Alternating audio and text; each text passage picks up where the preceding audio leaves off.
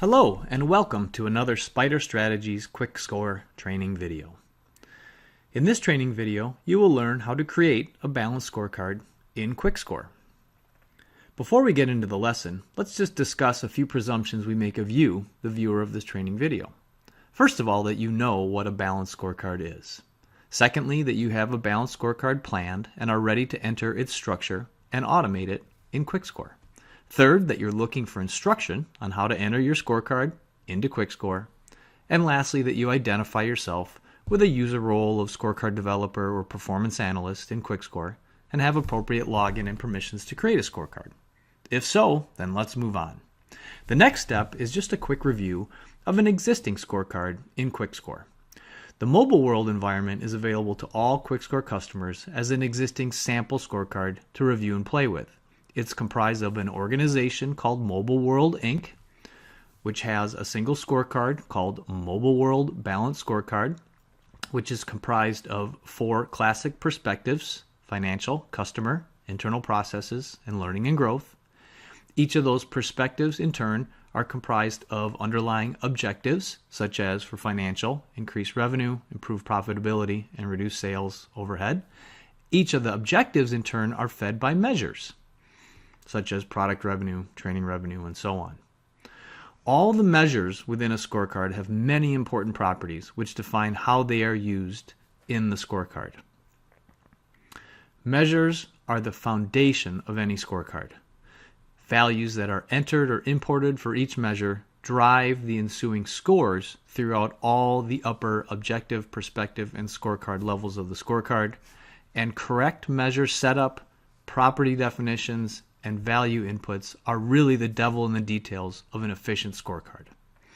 Having reviewed the art of the possible scorecard in mobile world, let's preview the brand new scorecard that we will create in this training video.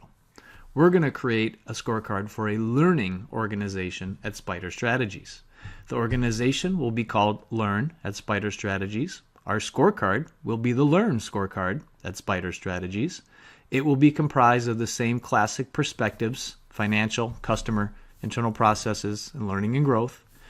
Again, each of those perspectives will have underlying feeder objectives, such as sales, and each objective will be, again, comprised of a variety of measures. Let's log into QuickScore as TK. You'll see from the home page of QuickScore that I presently have 0 measures I own, 0 measures I update, and no tasks. What we will do is get started by going to the scorecards folder and getting ourselves into a mode where we can create the new organization. First, note the existence of Mobile World as your playground. We want to create a brand new organization, so we need to get into edit mode. Click on edit and then select new organization to define the Learn at Spider Strategies organization. Once that organization exists, we'll click done and then select that new Learn at Spider Strategies organization. It takes us immediately into the scorecards folder, and we will click the Create Scorecard button to define a new Learn scorecard at Spider Strategies. Once the scorecard exists, it presumes you want to start building the scorecard with perspectives. We'll define a financial perspective and click Create. Then we'll create a customer perspective. Again, click Create in the lower right-hand corner, or just hit the Enter button on your keyboard. Next, we'll create internal processes perspective, and last, a learning and growth perspectives. With the 4 desired perspectives created, let's design or define some objectives. We'll select the financial perspective and select New Scorecard Item to define an objective called Sales, and then another objective called Investments. Once the objectives are created, if we highlight one of the objectives and select New Scorecard Item, the software presumes that we want to define measures for that objective. Let's start by adding a gross revenue measure for the sales objective. Then let's add a revenue percentage measure for the sales objective. And lastly, we will define an expenses measure for, again, the sales objective. Let's return to the gross revenue measure to define its details. We've given it a name. It is the type of a measure. If desired, we can provide a description. The scoring type is something you have total control over. The default is goal/red flag, which is what we will use, but there are plenty of other options. The update frequency will be monthly. The data type, because it's currency-based, should be currency. And in terms of aggregation, as we aggregate up to quarterly or yearly levels, is we want to sum.